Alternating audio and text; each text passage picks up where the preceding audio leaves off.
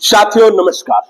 साथियों, एक चीज आज हम आपको बताने चल रहे हैं जो शायद आप नहीं जानते होंगे।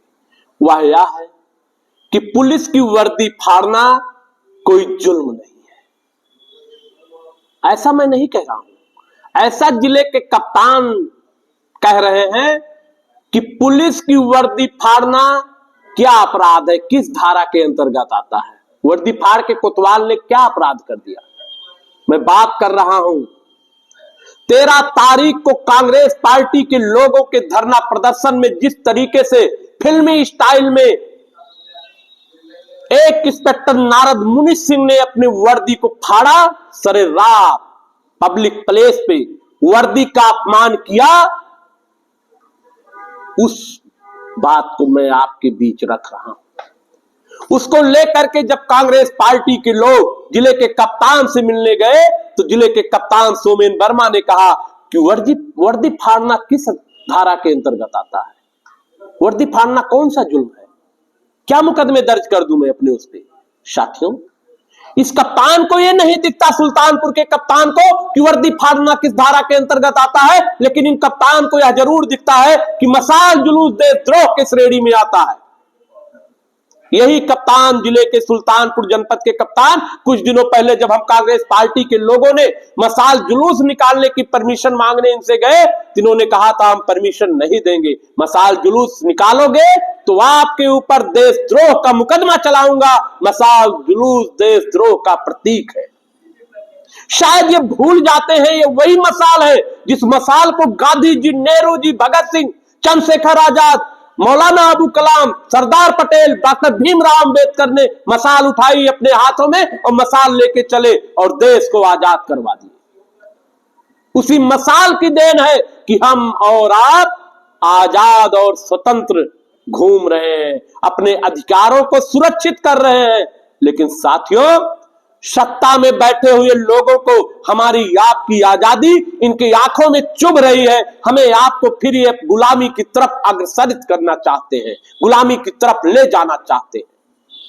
जिस तरीके से हमारे आपकी स्वतंत्रता को दबाने का काम भारतीय जनता पार्टी के लोग, इनके प्रशासन में बैठे हुए अधिकारी कर रहे हैं, उससे साफ साबित होता है कि हमारी आपकी आजादी इनसे देखी नहीं जाती है। साथियों, 13 तारीख का दिन याद करिए जब कांग्रेस पार्टी के लोगों ने जनपद में डीएपी खाद जो किसानों को नहीं मिल रही है, बुआई के समय में नारों में पानी नहीं है, बीज नहीं उपलब्ध है, टूटी सड़कें, चीनी मिल जो बंद पड़ी है, गन्ने की फसल किसानों की तैयार है, इस सब के विरोध में जब हम लोग कांग्रेस पार्टी के लोगों ने एक ज्ञापन देने का प्रस्ताव किया और कांग्रेस कमेटी से निकलकर जिलाधिकारी कार्यालय पहुंचते हैं तो वहां पे मौजूद पुलिस कर्मियों द्वारा जिलाधिकारी के गेट को बंद कर दिया जाता है। सोचिए, जब जनपद के अधिकारियों को किसानों की समस्याएं सुनने का टाइम नहीं है, किसानों की आवाज उठाने वालों के लिए कलेक्ट्रेट ऑफिस के गेट को बंद कर दिया जा रहा है, तो किसान के कितने बड़े हितैषी होंगे। भाई, हम लोगों ने तो केवल किसान समस्या को लेकर ही डीएम से मिलना चाहा था, डीएपी खाद को लेकर के, नहरों में पानी को लेकर के, बंद चीनी मिल को लेकर के, बंद धान क्रय केंद्रों को लेकर के। कौन सा ऐसा अपराध किया था, कौन से ऐसे राष्ट्रद्रोही हम लोग थे, गेट आपने बंद कर दिया। अरे जिलाधिकारी नहीं थे तो अपर जिलाधिकारी से मिलवाते हम लोगों को, 3-3, 2-2 अपर जिलाधिकारी, एक सीआरओ, 3-3 अपर जिलाधिकारी रैंक के अधिकारी कलेक्ट्रेट में बैठते हैं। साथियों, आपको नहीं जानकारी होगा तो मैं बता रहा हूं, लेकिन इनकी दमन करने वाली नीति भारतीय जनता पार्टी जो हर मुद्दे पर लोगों के अधिकारों को दमन करने के लिए पुलिस को आगे करती है, उसी लहजे में फिर उस दिन उन्होंने पुलिस को आगे किया और इन एक इंस्पेक्टर जो नारद मुनि सिंह फिल्मी स्टाइल में हीरो के तर्ज पर आते हैं और अपनी वर्दियों को हनुमान जी की तरह अपने सीने के बटन को तोड़ते हुए अपनी वर्दी या कहते हुए फाड़ देते हैं कि आपने मेरी वर्दी फाड़ा। वो तो शुक्रगुजार है हम लोग इस मीडिया का, इस सोशल मीडिया के साथियों का, जिन्होंने उनके इस कारनामे में को अपने वीडियो में रिकॉर्ड किया, अपने मोबाइल में रिकॉर्ड किया और पूरे देश और प्रदेश में चलाया इस नौटंकीबाज इंस्पेक्टर के कारनामे को। साथियों, उसके बाद भी किसी भी अधिकारी, किसी भी शासन में बैठे हुए लोगों को इस इंस्पेक्टर के कारनामे नहीं दिखे। आज भी एक हफ्ता बीत जाने के बाद भी वह इंस्पेक्टर अपने पद पे, शहर के कोतवाल के पद पे विराजमान है। यह सबसे बड़ी चिंता का विषय है कि जो आम पब्लिक ऑन कैमरा अपनी वर्दी को फाड़ कर यह कह सकता है, आपको फंसाने के लिए कि आपने मेरी वर्दी फाड़ी। आप कैमरा इस शहर के नागरिकों के साथ कैसा व्यवहार करता होगा। 4 लाख आबादी शहर कोतवाली के अंतर्गत निवास करती है। मैं आपको बताना चाहूंगा, उस 4 लाख आबादी के सुरक्षा का जिम्मा उस इंस्पेक्टर को दिया गया है जो सरेराह अपनी वर्दी की हिफाजत अपने हाथों से नहीं किया और अपनी वर्दी का अपमान अपने हाथों से किया। और उससे भी ज्यादा चिंता का विषय, चिंता की बात तब हो जाती है जब हम लोगों ने उसके कारनामे से जिले के कप्तान को अवगत कराने हम लोग गए। उनके कप्तान कहते हैं कि वर्दी फाड़कर कौन सा जुल्म कर दिया हमारे कोतवाल ने। हम कोतवाल के खिलाफ एक शब्द नहीं सुनेंगे, कोतवाल की बात आप मत करिए। अरे कप्तान साहब, आपने लगता है पुलिस एक्ट को पढ़ा नहीं, पुलिस मैनुअल को पढ़ा नहीं। उसमें साफ साफ लिखा है कि वर्दी की हिफाजत हम अपनी जान से ज्यादा करेंगे। वर्दी की हिफाजत के लिए हम अपनी शहादत और कुर्बानी तक देने को तैयार रहेंगे, लेकिन हमारी वर्दी पर आंच नहीं आनी चाहिए। साथियों, ये पुलिस अधीक्षक सुल्तानपुर के, आप बताइए इनकी कहां तक सत्यता है। कहते हैं कि कोई मसाल जुलूस में नहीं निकालने दूंगा जिले में। मसाल जुलूस निकालोगे तो देशद्रोह कर रहे हो आप, देशद्रोह के मुकदमे झेल पाओगे। इनकी योग्यता पे मैं प्रश्न चिन्ह नहीं लगा पाऊंगा, इसलिए कि इन्होंने देश की सबसे बड़ी परीक्षा यूपीएससी पास करके आया।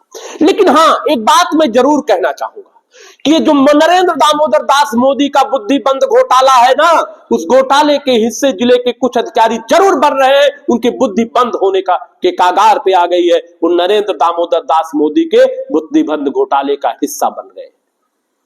साथियों, चीनी मिल के अधिकारियों ने आज एक लेटर हमारी जिला कांग्रेस कमेटी को लिखा है, अवगत कराया है।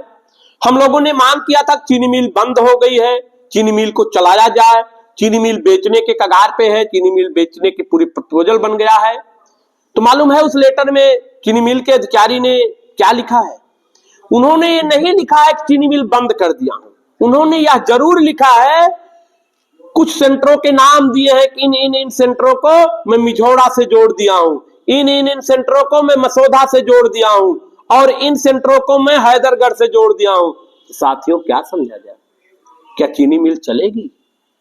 आप समझदार होंगे तो आप समझ सकते हैं चीनी मिल नहीं चलेगी। उन्होंने साफ, उनके लेटर से प्रतीत हो रहा है कि आपके जनपद की चीनी मिल नहीं चलने वाली है। ये वही चीनी मिल है जिसको कांग्रेस की सरकार ने आपके जनपद के किसानों की समस्याओं को देखते हुए, खासकर गन्ना किसानों की समस्याओं को देखते हुए यह सोचकर जनपद में स्थापित किया कि इस जिले के गन्ना किसान अपनी गन्ना की फसल को बेचने के लिए दर दर की ठोकरें नहीं खाएंगे, और अपने जनपद में चीनी मिल को स्थापित किया जिससे आसानी से किसान गन्ने की फसल को बेच सके। नतीजा रहा, जब चीनी मिल स्थापित हुई, इस जनपद में गन्ना किसानों की तादाद बढ़ी, अधिक से अधिक लोग गन्ना बोए और उसमें अच्छी कमाई, किसानों ने और फसलों की अपेक्षा अच्छी कमाई अर्जित किया। लेकिन आज की सरकारें उस चीनी मिल को मरम्मत नहीं कर पा रही, उस चीनी मिल को चला नहीं पा रही।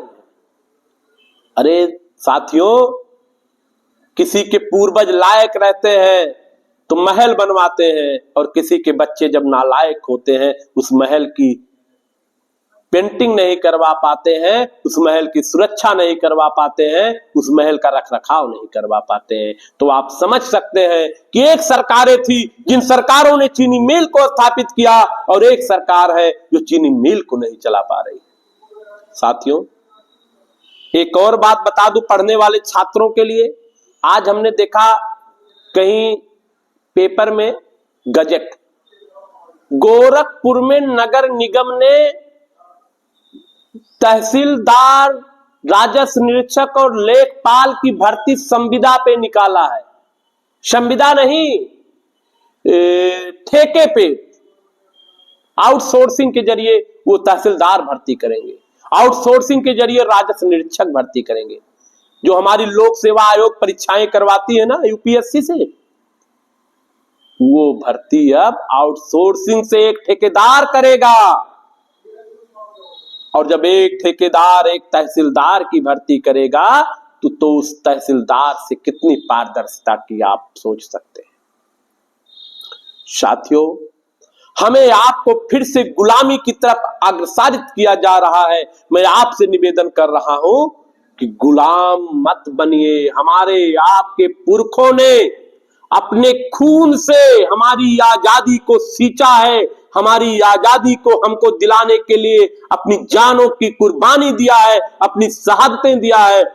तो हम आप ऐसे बच्चे कि अपने पुरखों की दी हुई आजादी को संरक्षित नहीं कर सकते, अपने पुरखों की दी हुई आजादी को बचाकर नहीं रख सकते। धिक्कार होगा, हमारे आपकी आने वाली पीढ़ी हमसे आपसे सवाल करेगी कि जब हमारी आजादी को हमसे छीना जा रहा था, जब हमें गुलामी की तरफ खींचा जा रहा था, तब हम क्या कर रहे थे? यही ना कि तब हम हिंदू मुसलमान में लड़ रहे थे, तब हम मंदिर मस्जिद में लड़ रहे थे, तब हम कश्मीर और पाकिस्तान और चीन के भड़ास हम पे निकाली जा रही थी। साथियों, हिंदू मुसलमान कहते कहते हमारे आपके सामने से परसी हुई थाली छीनने का काम इस भारतीय जनता पार्टी की सरकार कर रही है। हमारे आपके रोटी, कपड़ा और मकान के अधिकार को छीनने का काम इस भारतीय जनता पार्टी की सरकार कर रही है, हिंदू मुसलमान, हिंदू मुसलमान, हिंदू मुसलमान बोल करके।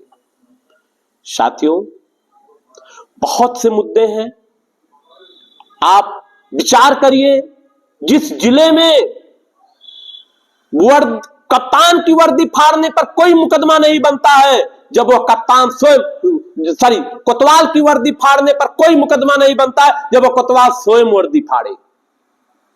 लेकिन अगर कोई जनता उसके गिरेबान पर भी हाथ लगा दे, उसको काल कोठरी में बंद कर दिया जाता है, उसके ऊपर मुकदमे लाद दिए जाते हैं, उसके साथ मारपीट की जाती है, और तो और कहीं वो कहीं और से जुड़ा है तो इनकाउंटर के लिए भी वो तैयार रहे। साथियों, आपने देखा उपचुनाव में उत्तर प्रदेश में पुलिस के जवान, पुलिस के अधिकारी हाथ में पिस्टल लिए लोगों को रोक रहे हैं कि आप वोट डालने मत जाओ, वोट डालने जाओगे तो गोली मार दूंगा। अरे क्या अधिकार दिया यार इस संविधान ने हमको, और क्या कर रहे हैं लोग यार, हमको हमारे अधिकारों को छीन रहे हैं। अरे यार, कब तक? आज उनको रोका जा रहा, कल हमको रोका जाएगा, परसों किसी और को रोका जाएगा। हमें आज अच्छा लग रहा है यार। क्यों अच्छा लग रहा है? क्योंकि हम गुलामी की तरफ अग्रसरित हो रहे हैं, हमारी मानसिकता को गुलाम बनाया जा रहा है, और धीरे धीरे जब हमारी मानसिकता गुलाम बन जाएगी, फिर हमें आपको गुलाम बनने से कोई नहीं रोक सकता। साथियों, है बहुत सारी बातें करने के लिए, लेकिन बस इतना कि आप जागरूक बनिए, आप शिक्षित बनिए।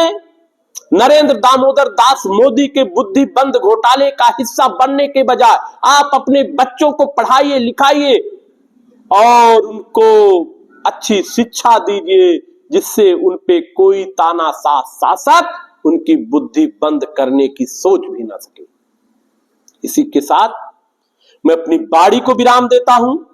जय हिंद, जय भारत, जय कांग्रेस।